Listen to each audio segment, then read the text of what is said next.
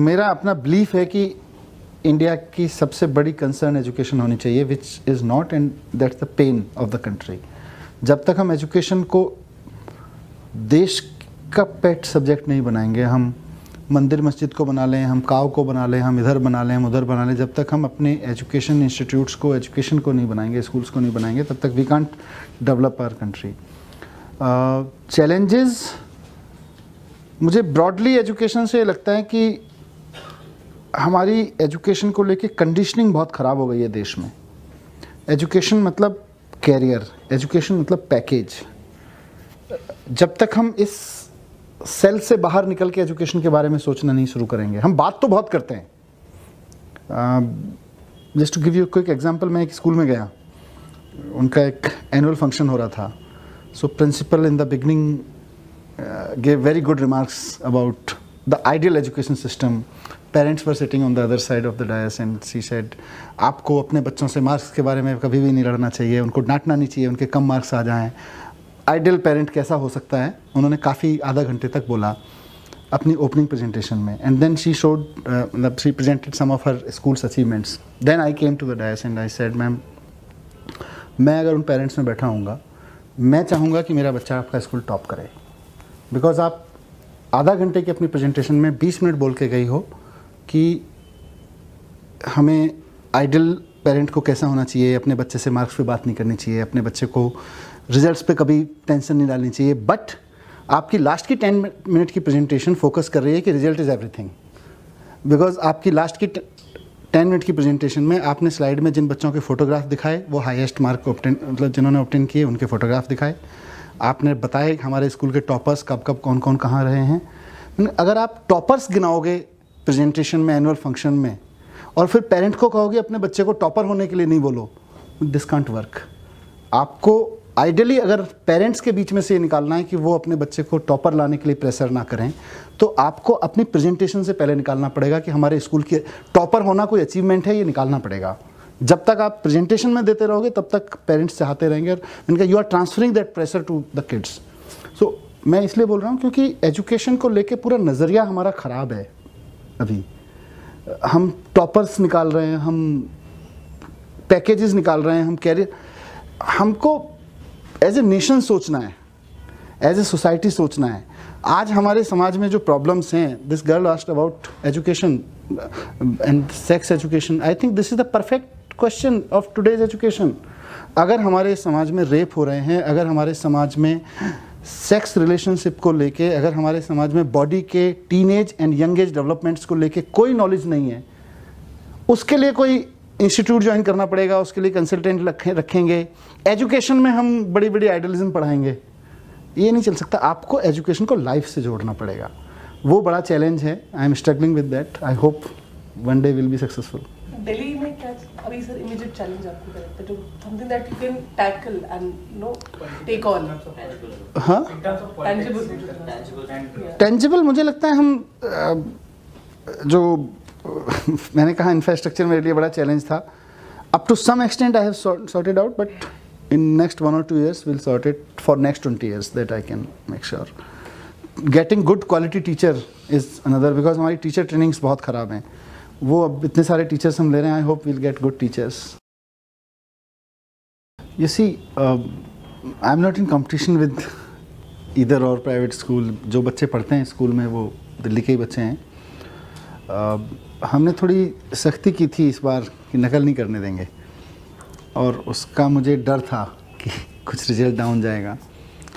तो एक अच्छा हुआ, डाउन नहीं गया। और as compare to CBSE other schools nationwide, all private school across the country, all government school CBSE, Delhi schools were ahead. So as a Minister of Education, I feel happy about it, that it was a good thing that happened.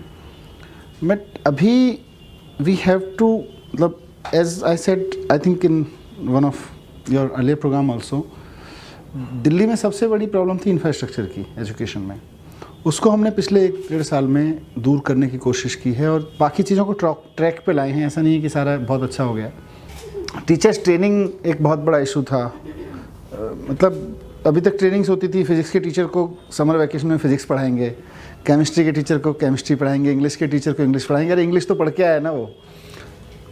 Summer vacation को use करो उसको innovative होने में, innovation की training देने में, motivation की training देने में, कुछ उसकी ज़िंदगी में हैपनिंग होना चाहिए टीचर की। सो वो ट्रेनिंग्स मैंने बदलवाई।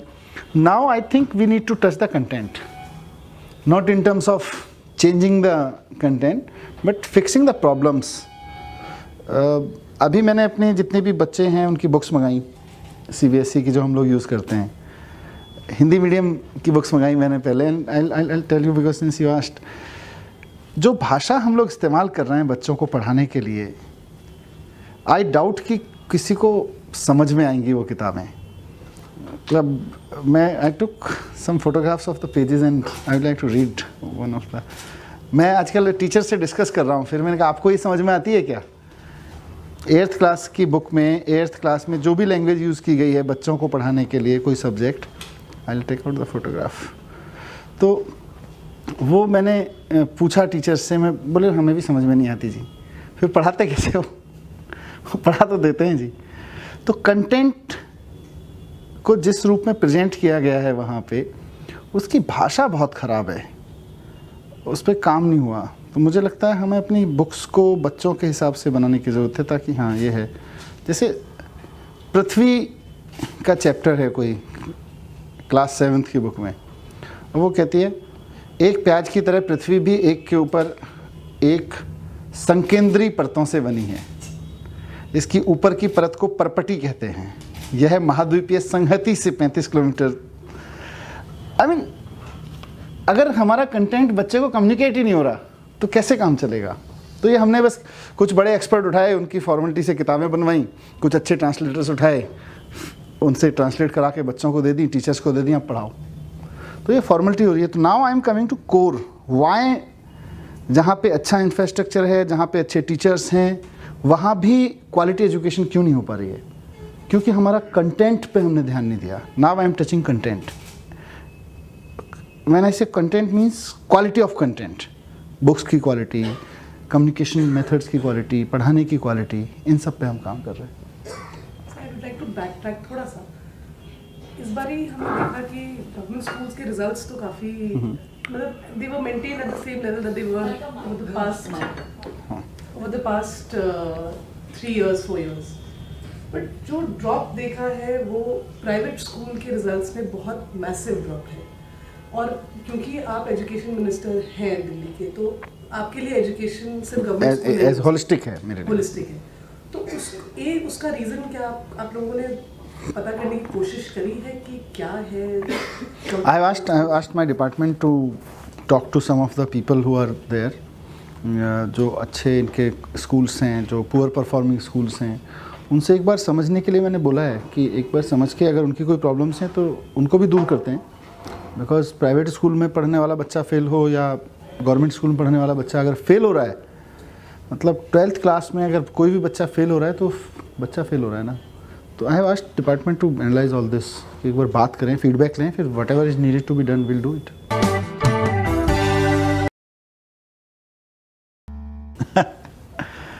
One factor we have found is of course the EVM, and क्योंकि जितने भी हमने क्वेश्चंस पूछे, इसके पीछे जितने भी हमारे मन में क्वेश्चंस हैं वो आंसर नहीं हुए। Why were 5,000 machines called from Rajasthan? Why VVPAT was not used जबकि VVPAT की मशीन्स थी? और हमने बार बार क्वेश्चन भी किया, हमने रिक्वेस्ट भी की, उसके बावजूद राजस्थान से मंगाई हुई नॉन VVPAT मशीन्स यूज़ की जबकि आपके पास मशीन्स पहले से थी। So EVM is the major factor which we think कि इस इलेक्शन में और आने वाले बहुत सारे इलेक्शंस में अगर हम ये EVM के इशू को फिक्स नहीं करते हैं,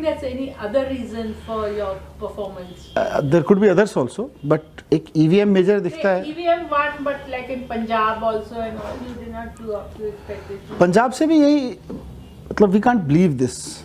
अभी पंजाब भी अनबिलीवेबल लगता है क्योंकि जिस तरह का एटमॉस्फेयर पंजाब में मैं देख के आया था खुद 2 days before election on the eve of because Congress was not the ruling party to fix the EVMs. हाँ, वो तो फिर मैच फिक्सिंग तो ऐसी होती है। किसको जिताया जाता है, कब किसका विकेट गिराया जाता है, तो मैच फिक्सिंग तो ऐसी होती है। You don't feel that some introspection should be done on your own part? No, it's being done.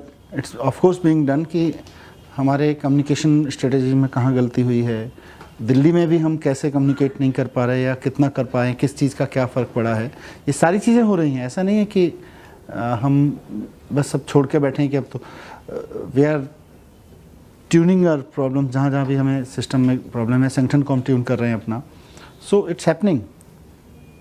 मतलब संगठन हमारा दिल्ली में लूज था, उस पर हमने काम करना शुरू किया है, बट जिस तरह का रिजल्ट्स आए हैं वो सिर्फ इसलिए क्योंकि इससे मतलब 2 साल में तो संगठन और मजबूत ही हुआ है। इससे बढ़िया संगठन नहीं था 2 साल पहले, 3 साल पहले, 2.5 साल पहले जब 67 सीट्स आई थी। तो ऐसा नहीं है कि संगठन की वजह से हार गए या पर संगठन को अब हम आगे ट्यून कर रहे हैं।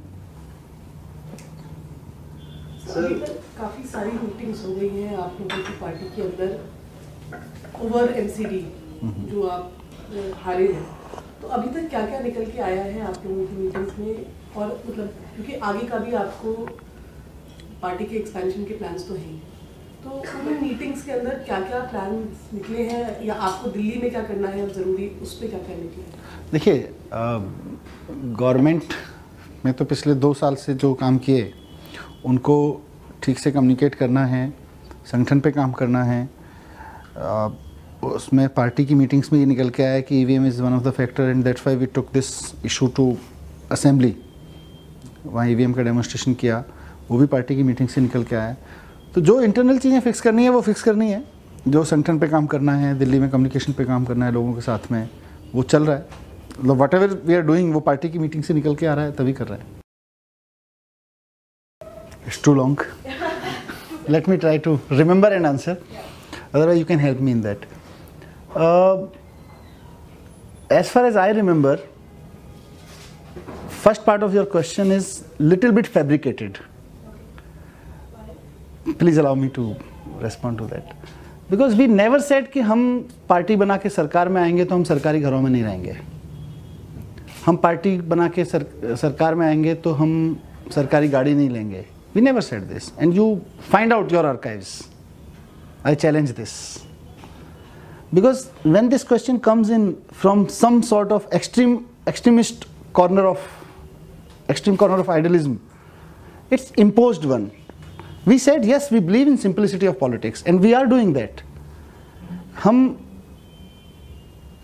जिस तरह के पॉलिटिक्स को देखते रहे हैं, आप सड़क पे निकलें तो सड़कें खाली हो जानी चाहिए, रूट्स लग जाने चाहिए, वी स्टॉप दैट। आज मैं आपके यहाँ भी आया हूँ, मैं कहीं भी जाता हूँ, I never take even single cop with me. In the beginning I said in writing, जब तक मेरे को कोई आप प्रूव नहीं करेंगे कि मेरी लाइफ को कोई खतरा है, don't give me any cop, take them back. We said हम कार लाल बत्ती वाली यूज़ नहीं करेंगे। आज पूरे देश में रियलाइज़ हो रहा है कि लाल बत्ती वाली कार ने पॉलिटिक्स ख़राब की है। पिछले 2.5 साल से हम में से कोई मिनिस्टर कभी लाल बत्ती की गाड़ी में आपको नहीं दिखा होगा। हमने यही कहा था, हमने ये नहीं कहा था हम सरकारी गाड़ी में बैठो या कार में बैठो, फिर तो हम आइडियलिज्म में पैदल चलें ना, सब हम गाड़ी नहीं लेंगे, हम तो मशीन विरोधी हैं, ऐसा थोड़ी है। हमने कहा था हम सरकार लाल बत्ती की गाड़ियों में वीआईपी कल्चर आता है, उसको ख़त्म करेंगे। हमने कहा था हम ये जो 8-8, 10-10 एकड़ के 6-6 एकड़ के मकान बने हुए हैं, this is waste of public money and public land on ministers. We will not take this and we will, if we come to power, we'll utilize them in more constructive and more optimum utilization. आप हम लोगों के घर देखिए जाके, मेरा घर जिसमें ऑफिसर्स रहते थे वो घर है मेरा। तो आप कहोगे हम सरकारी घरों में रहने लगेंगे, वो अपराध हो गया। वी नेवर सेड कि हम सरकारी घरों में नहीं रहेंगे। हमने कहा था 6-6, 8-8 एकड़ के जो बंगले बनाए जाते हैं ना मंत्रियों के लिए, ये सब वीआईपी कल्चर वो है। घर में रहो, घर में तो रहना ही है, हर आदमी है घर में रहेगा। हम अपने घर में पांडव नगर में रहें या सरकार के उसमें रहें। सो मेरा रिक्वेस्ट ये है कि please correct your facts, that much correction is needed in your question. Second question आपका है अबाउट मोदी, नहीं? तो मैं कह रहा हूँ कि mired in controversies and listen. which are associated with any party. So why would we imagine the Aam Aadmi Party to be a khas party anymore? Listen. So आपने जो बोला कि आइडियलिज्म पे आए थे, हम प्रैक्टिकलिटी पे आए थे, आइडियलिज्म पे नहीं। आइडियलिज्म ये है कि हम, आप जो इम्पोज्ड आइडियलिज्म है, अगर if your idealism is that, I call it imposed idealism, ये इम्पोज नहीं करना चाहिए। हमने अपने लिए कुछ सोचा है, हम गाड़ी में बैठेंगे, सरकार की गाड़ी में बैठेंगे, पर हम लाल बत्ती लगा के नहीं चलेंगे, हम वीआईपी सिक्योरिटी लेके नहीं चलेंगे, हम अपने लिए रूट्स नहीं लगवाएंगे, हम अपने ये नहीं, वो हम आज फॉलो कर रहे हैं। सो उस आइडियलिज्म से हम पीछे नहीं हटे हैं। जिस तरह की राजनीति हम करने के लिए आए थे, हम वैसे कर रहे हैं। और आज हमारे मतलब मैं, आपको अहंकार लग सकता है, बट पिछले 2 साल से एक सरकार को देश की राजधानी में लोगों ने देखा है कि उसके मंत्री बिना लाल बत्ती की गाड़ी के, बिना सिक्योरिटी के घूम सकते हैं। और आज शायद अगर देश के प्रधानमंत्री को ये डिस्कोर्स में लाना पड़ रहा है कि देश भर में लाल बत्ती खत्म करनी है, तो उसमें हमारा भी थोड़ा बहुत योगदान होगा। हमने करके दिखाया 2 साल। तब वो मुख्यमंत्री थे, पहले 15 साल मुख्यमंत्री रहे हैं, वो 12 साल में उनको आइडिया नहीं आया ये आइडिया लाने का। 3 साल प्रधानमंत्री रह लिए, 3 साल तक उनको आइडिया नहीं आया। हमने शपथ लेने के बाद से लाल बत्ती की गाड़ी यूज नहीं की। सो आप इस चीज़ को अप्रिशिएट करेंगे कि वो आइडियलिज्म, अगर आप उसको आइडियलिज्म कहो या एक सिंप्लिसिटी कहो, आज भी हम उसको मेंटेन करके रखे हुए हैं। आपने कहा वो आइडियलिज्म और वर्किंग, आई थिंक जब हम आए थे पावर में, हमने कहा था हम बिजली सस्ती करेंगे, हमने की है। हमने कहा था हम पानी सस्ता करेंगे, हमने किया है। हमने कहा था हम एजुकेशन ठीक करेंगे, हमने किया है। हमने कहा था हम हेल्थ सिस्टम को ठीक करेंगे, हम कर रहे हैं। We are working on those. वो हमारी आइडियलिज्म है। आज देश की एकमात्र सरकार है जो अपना 25% एजुकेशन पे खर्च कर रही है। That is idealism, that is our idealism. If that is not idealism then what is idealism? मुझे ये आदर्शवाद है कि हम अपना सबसे ज़्यादा पैसा शिक्षा पे खर्च करेंगे, और हम उसको फॉलो कर रहे हैं अपने आइडियलिज्म को। हम अपना एक मैक्सिमम बजट पॉसिबल हम एजुकेशन हेल्थ पे खर्च करेंगे। We are spending that and we are parking that money and we are spending that every year for last 2 years। So वो आइडियलिज्म अभी भी हम मेंटेन करके रखे हुए हैं, जिस आइडियलिज्म के लिए हम सरकार में आए थे। बट अगर देश के प्रधानमंत्री के किसी एक्शन के खिलाफ बोलना आइडियलिज्म छोड़ना है, तो I don't agree with that. आज अगर किसान मारे जा रहे हैं, किसानों को या तो गाली पड़ रही है, उन पे ऊपर गोली चल रही है, हम तो बोलेंगे। We are a citizen of this country and we are a public figure, public elected leader of this country. We have to speak. वो भी हमारी ड्यूटी है। कोई बोले ना बोले, इवन मीडिया बोले ना बोले, हम तो बोलेंगे। Formally, but informally, because I am a part of GST meeting, and every GST meeting he is the finance minister of his state. He looks after finance department also. So उनसे informally बात होती है. He keeps sharing me कि what kind of problems he is facing every time.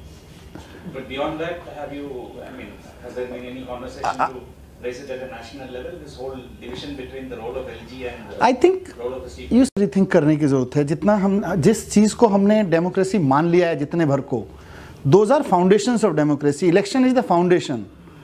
Election के बाद government बनना, but ये LG rule, governors positions, इन सारी चीज़ों पे तो नेशनल डिबेट होने की ज़रूरत है। What kind of structure actually we need after elections, how much empowered the electoral people should be, elected people should be. अब आज हम सरकार में हैं, बट एक हार्ड रियलिटी है कि इस देश में other than the people sitting in government, whether in opposition और इन पावर, इलेक्टेड रिप्रेजेंटेटिव के पास पावर क्या है? कोई इलेक्टेड रिप्रेजेंटेटिव अगर उसकी सरकार में बैठे हुए लोगों से बिकॉज ऑफ हिज पार्टी और because of his own relationship नहीं बन रही है, तो अपने इलाके के जेई के मिसडीड पे क्वेश्चन नहीं कर सकता हो। ये डेमोक्रेसी है। तो हमने इलेक्शन तक को डेमोक्रेसी मान लिया है। उसके बाद एलजी सत्ता में टांग अड़ाए, गवर्नर सत्ता में टांग अड़ाए, सेंटर सत्ता में टांग अड़ाए, पंचायत और नगर निगम के फंक्शनों में टांग अड़ाई जाए। इस पे हमको नेशनल डिबेट करने की जरूरत है। And I think then only we can evolve as a democratic nation. Why has that national debate not happened? That the person who parachules into who's an appointed official tries to take over the powers of the elected government. देखिए, उसका एक ही तरीका है, या तो सत्ता में कोई आदमी ऐसा जाके बैठे केंद्र की जो इन सारी चीज़ों को फिक्स कर दे, बहुत डेमोक्रेटिक, बाय हार्ट डेमोक्रेटिक होना चाहिए, या जो सफरर है वो बोलेगा तो फिर उससे क्वेश्चन पूछे जाएंगे, आप लड़ते बहुत हो। हम तो सफरर हैं। हम पिछले 2 साल से हर चीज़ अरविंद केजरीवाल वर्सेस नजीब जंग, सीएम वर्सेस एलजी नहीं है। ये डेमोक्रेसी की लड़ाई है। इलेक्टेड गवर्नमेंट के पास क्या ये पावर नहीं होनी चाहिए मुख्यमंत्री के पास कि वो अपने दफ्तर के चपरासी को ट्रांसफर कर सके? That's a fundamental question of a democracy. अगर उसको उतनी पावर नहीं दोगे आप, तो what kind of democracy we are living in? अभी क्योंकि नए लोग हैं और इस टाइप की प्रॉब्लम्स आ रही हैं, बीच में ये भी आया था कि एलजी साहब खुद ही ऑफिसर्स को बुला ले रहे हैं बिना मिनिस्टर्स को कुछ बताए। तो नए एलजी जब से आए हैं, आपका रिलेशनशिप उनके साथ कैसा रहा है? और ये एडमिनिस्ट्रेटिव इश्यूज जो हैं कि अगर मिनिस्टर को लूप में रखा ही नहीं गया है किसी इशू को लेके, उस पे आपका क्या कहना है? कैसे? देखिए, हमने पुराने एलजी साहब को भी कहा था और नए एलजी साहब को भी इनिशियल डिस्कशंस में उनसे बात की थी। साहब, संविधान में बड़ी क्लियर कट लाइन है, there are transferred subjects and there are non transferred subjects. 3 transferred subject, you are the boss, you are the competent authority. Non transferred subject, we are the competent authority as elected government after taking oath of constitution. आपका सिर्फ इतना right है कि you may concur, you may agree to that और disagree to that and have presidential consent. अगर आपको disagreement है तो आपके पास उतना ही राइट है। इसको फॉलो करते रहते हैं, कोई दिक्कत नहीं है। मुझे कोई दिक्कत नहीं है अगर एलजी साहब पुराने भी बुलाते थे, ये भी बुलाएं, ऑफिसर्स को बुला के डिस्कस करें, उनसे कुछ आइडियाज़ लें। बट अगर उनको डायरेक्शंस देंगे, जब जब पुराने एलजी साहब ने डायरेक्शंस दिए सीधे ऑफिसर्स को, हमने ऑब्जेक्ट किया है। That was our prime objection कि आप इलेक्टेड गवर्नमेंट को ट्रांसफर्ड सब्जेक्ट पे बाईपास नहीं कर सकते। आप पुलिस ऑफिसर को कोई इंस्ट्रक्शन देते हैं, आई डोंट माइंड, बट आप अगर एजुकेशन के डायरेक्टर को या रेवेन्यू के डायरेक्टर को या इन सबको, वेट के कमिश्नर को सीधे कोई इंस्ट्रक्शन देंगे, आई माइंड इट। तो क्या ये इन नए एलजी के टेन्योर में भी यही हो रहा है? एक तो बार हुआ है, but we have discussed, largely he is not doing that, but अगर कभी होता है तो we talk to him and he agree. अभी तक का तो यही रहा है कि ही एग्रीज टू दैट।